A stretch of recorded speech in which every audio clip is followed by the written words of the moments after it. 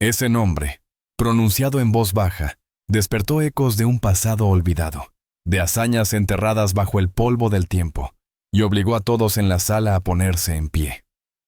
¿Quién era este hombre encadenado y roto, que cargaba con una historia capaz de estremecer a un juez, desafiar a la justicia y cambiar el destino de una sala entera? Lo que nadie esperaba era que, tras un rostro marcado por la soledad, se escondía un héroe perdido, a punto de ser redescubierto.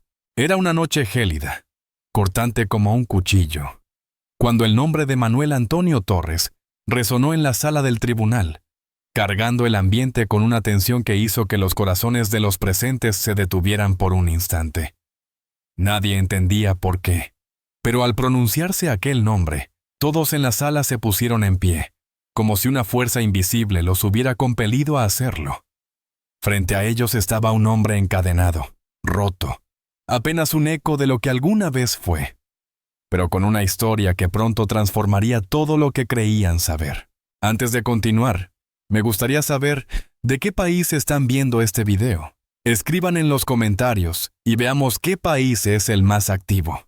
Manuel Antonio Torres, de 73 años, sin hogar ni raíces fijas, enfrentaba un juicio en la pequeña ciudad de Toledo. Sus manos, atrapadas en esposas metálicas, temblaban ligeramente. Su cabeza gacha parecía soportar el peso de un mundo entero. Su abrigo, raído, deshilachado, con costuras que apenas se mantenían unidas, parecía haber sobrevivido décadas. No solo inviernos, sus zapatos, tan desgastados que uno de sus pies apenas rozaba el suelo, narraban una vida al borde del abismo. Su rostro no solo llevaba arrugas, era un lienzo de soledad, de abandono, de alguien que el mundo había decidido ignorar. Demasiado frágil para parecer una amenaza, demasiado invisible para que alguien reparara en él, se le acusaba de un delito menor. Allanamiento de morada. ¿Su falta? En una noche en la que el termómetro marcó -4 grados, buscó refugio en un rincón tras una panadería entre sacos vacíos de harina, envuelto en el tenue aroma de pan viejo. Solo quería sobrevivir la noche, encontrar un destello de calor en medio de la helada. Pero para la ley, era un intruso, un caso más en una larga lista de expedientes similares. La sala del tribunal era fría, casi hostil, con un aire que parecía rechazar a quienes la ocupaban. Al fondo, el fiscal, un hombre de mediana edad, ajustaba su corbata con movimientos rápidos y desganados, mientras la defensa ni siquiera se había molestado en presentarse. Para la mayoría, aquello era un trámite rutinario. Otro sin techo perturbando el orden público, un caso que no merecía atención especial. Pero para la jueza, Sofía Ramírez, era diferente. Sentada en su estrado, revisaba los documentos con la calma de quien ha visto miles de casos similares. Hojeaba las páginas sin prisa, deteniéndose en cada línea, hasta que un nombre la hizo detenerse. Manuel Antonio Torres. Un escalofrío recorrió su cuerpo. Sus manos se detuvieron sobre el papel, y su mente retrocedió en el tiempo, como si alguien hubiera tocado una herida que nunca sanó del todo. Era el nombre que su hermano Diego mencionaba una y otra vez en sus cartas, escritas con una letra torcida que parecía impregnada de arena y pólvora. Sin él, no habría vuelto a casa, escribió Diego, siempre con una gratitud que traspasaba el papel. Diego Ramírez, capitán del ejército, había caído hace 19 años en una misión en el extranjero. Pero antes de morir, fue un héroe, y en sus relatos siempre hablaba de un hombre que lo salvó.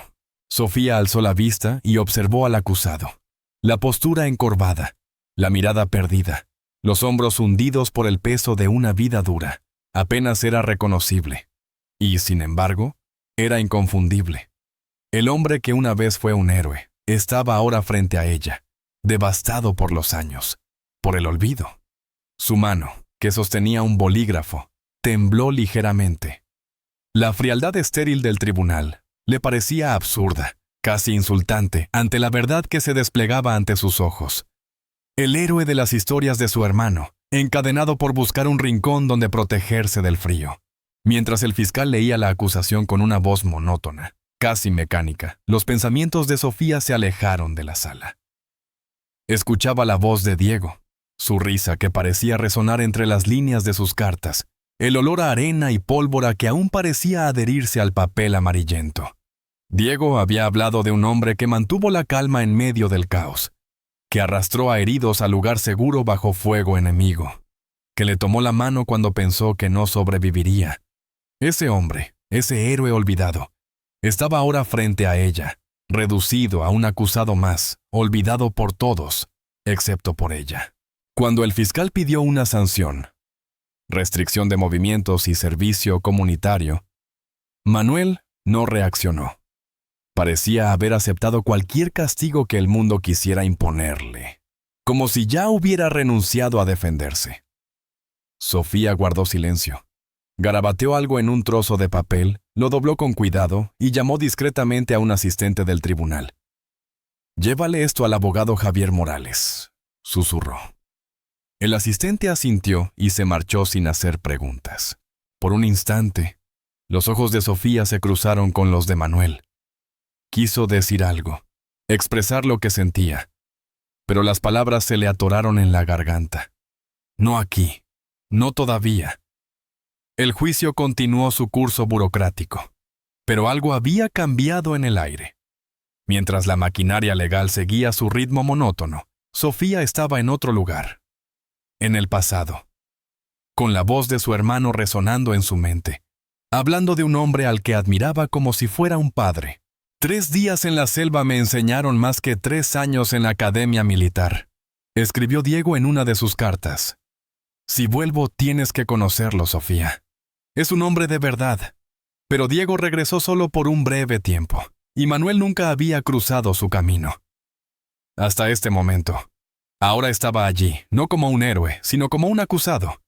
Sofía sintió una punzada en el pecho. Una mezcla de rabia, tristeza y vergüenza por un sistema que había fallado a alguien como él. Manuel habló en voz baja, casi ausente, cuando le dieron la palabra.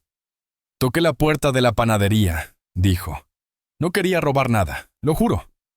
Solo buscaba un rinconcito donde el frío no doliera tanto.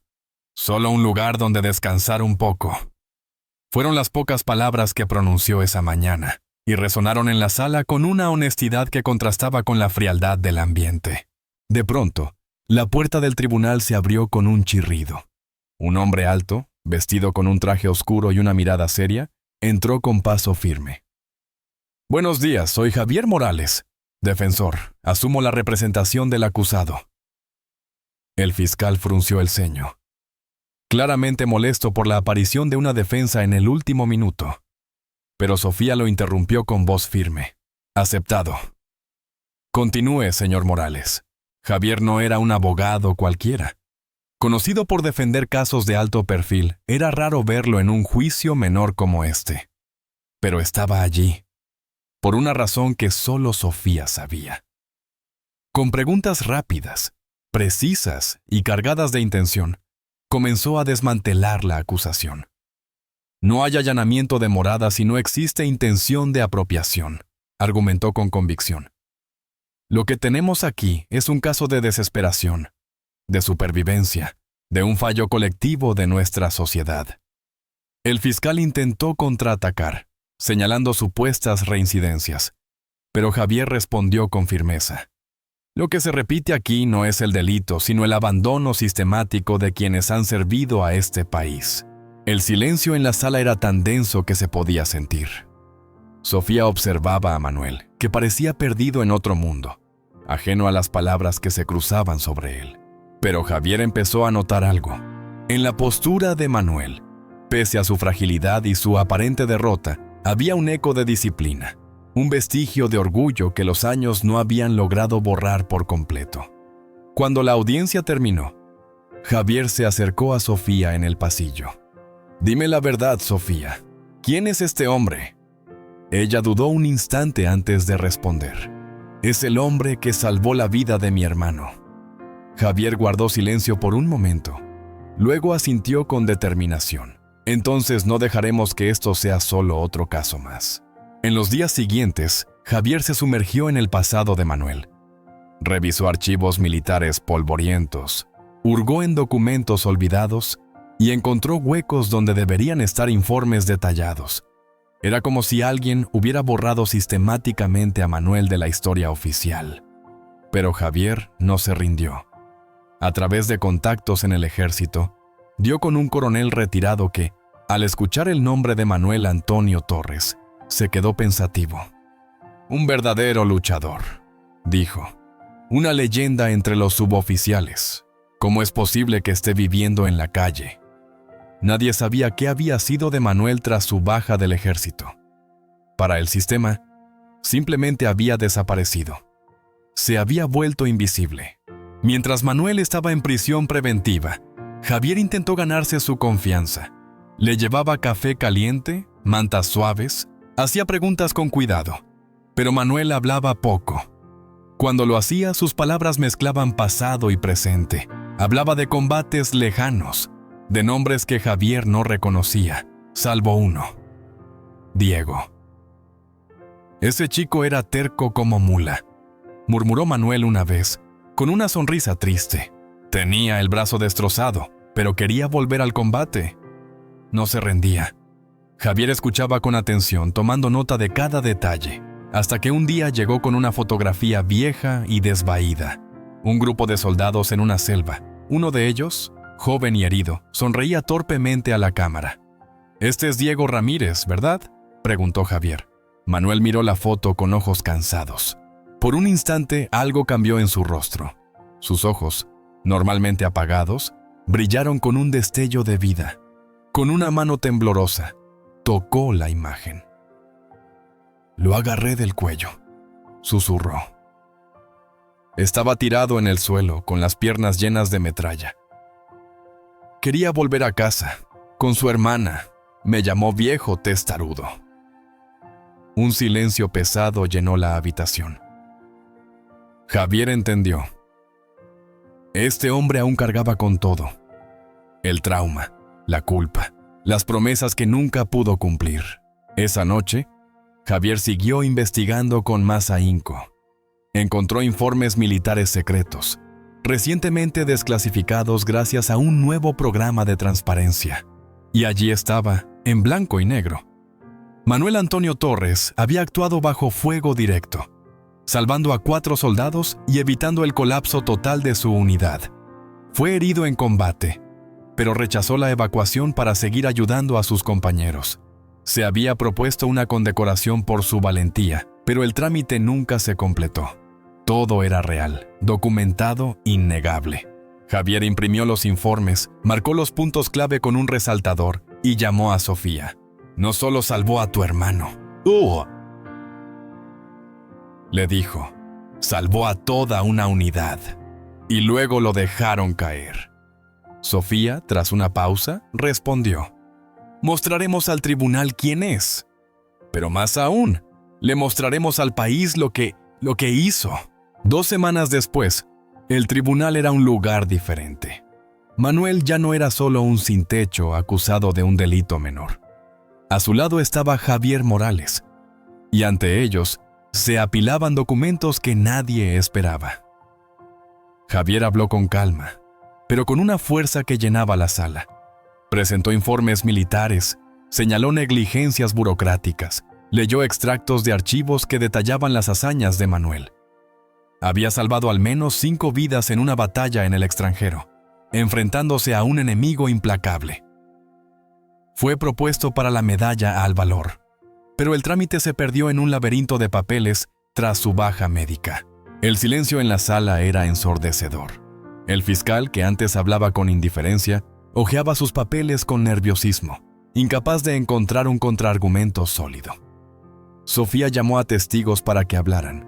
Un general canoso, vestido con un uniforme de gala impecable, dio un paso al frente. «Manuel Torres me salvó la vida», dijo con voz firme. «Yo era teniente, herido en campo abierto. Me arrastró 100 metros bajo fuego enemigo. Nunca lo olvidé, pero el sistema sí». Otros 2 exsoldados confirmaron sus palabras, relatando cómo Manuel los había protegido, cómo había arriesgado todo por ellos. Manuel escuchaba, pero parecía incapaz de creer que estaban hablando de él. Javier leyó un informe con voz clara. El suboficial Torres mostró un valor extraordinario. Mantuvo su posición bajo fuego intenso, aseguró la evacuación de heridos y evitó más bajas en su unidad. Sofía tomó la palabra, con una voz firme pero los ojos húmedos. Esto es más que un juicio. Es el retrato de un fallo del sistema.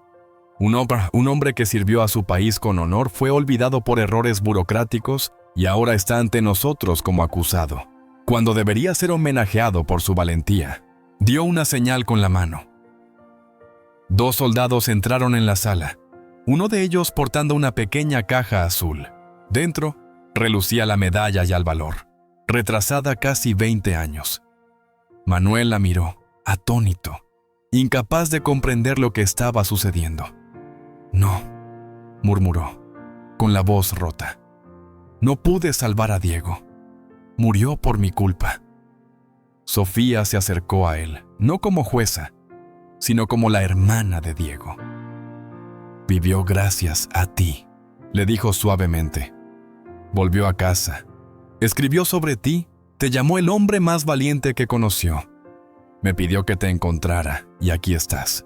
Manuel lloró en silencio, las lágrimas cayendo por un rostro que había olvidado cómo expresar emociones.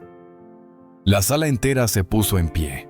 El fiscal, los asistentes, los soldados, los pocos espectadores que habían acudido. Nadie habló, pero el respeto llenaba el aire. Sofía respiró hondo, conteniendo sus propias emociones. «Se desestima la acusación», anunció con voz clara. «El Estado garantizará de inmediato todos los derechos y beneficios que le corresponden a Manuel Antonio Torres». Una semana después, Manuel ya no era un acusado, sino un hombre homenajeado. En una ceremonia sencilla pero cargada de significado, se le otorgó la medalla al valor. Sofía estaba en el estrado, pero en ese momento era más que una jueza. Era la hermana de Diego, alguien que compartía la deuda de un país con este hombre. Manuel llevaba una camisa limpia, su postura aún encorvada, pero con un nuevo brillo en los ojos, un destello de algo que parecía esperanza. Un oficial leyó la condecoración con solemnidad. Por su valor demostrado en combate y la salvación de camaradas, el ejército otorga la medalla al valor al suboficial Manuel Antonio Torres. La medalla brillaba bajo la luz, pero Manuel dudó, con la mirada fija en el suelo. «No lo merezco», susurró. «Diego, murió». Javier, a su lado, le puso una mano en el hombro. «Vivió lo suficiente para hablar de ti, para darte las gracias». Sofía añadió, con voz suave pero firme: «Le diste a mi familia más de lo que las palabras pueden expresar. Gracias a ti, tuvimos a Diego un poco más». Manuel tomó la medalla con manos temblorosas, sosteniéndola como si fuera algo frágil, algo que pudiera romperse. «Gracias», susurró, casi para sí mismo, «por no olvidarme del todo». El fiscal, que hasta ese momento había mantenido una postura rígida, se levantó y saludó, un gesto espontáneo de respeto que la sala entera imitó. Los soldados, los asistentes, incluso los espectadores, se unieron en un silencio reverente, un reconocimiento tácito a un hombre que había dado tanto y recibido tan poco. En las semanas siguientes, la vida de Manuel comenzó a cambiar. Recibió una pensión vitalicia, un pequeño apartamento en las afueras de Toledo y acceso a atención médica. Su caso fue enviado al Ministerio de Defensa, no solo como una reparación, sino como un recordatorio de las deudas que el sistema tenía con aquellos que habían servido con honor. La prensa quiso convertirlo en noticia, pero Manuel se negó a las entrevistas. No quería titulares, no quería cámaras, solo quería paz, un lugar donde descansar sin miedo al frío o al rechazo. Su nuevo hogar era modesto, una habitación con una cama sencilla, un baño pequeño, una cocina con una mesa de madera y 2 sillas. Pero era suyo. Después de años durmiendo en cartones, bajo marquesinas, en bancos de parques helados, El silencio de ese apartamento era como un palacio. Cada mañana, Manuel preparaba café con cuidado, observando cómo el agua hervía en la cafetera, sirviéndolo en una taza como si fuera un ritual sagrado. Y lo era. Las ventanas abiertas dejaban entrar los sonidos de la calle. Claxones, pasos, risas de niños. Un recordatorio de que, por fin, era parte del mundo otra vez. A veces venían visitas, trabajadores sociales con formularios, enfermeros que revisaban su salud, soldados que traían documentos del ejército. Pero solo con Javier, Manuel se relajaba de verdad. El abogado llegaba con una bolsa de pan recién horneado, algo de fruta, noticias frescas de Toledo. Hablaban poco, pero el silencio entre ellos era cálido, cómodo, como el de dos viejos amigos. ¿Todo bien, don Manuel?, preguntaba Javier con una sonrisa.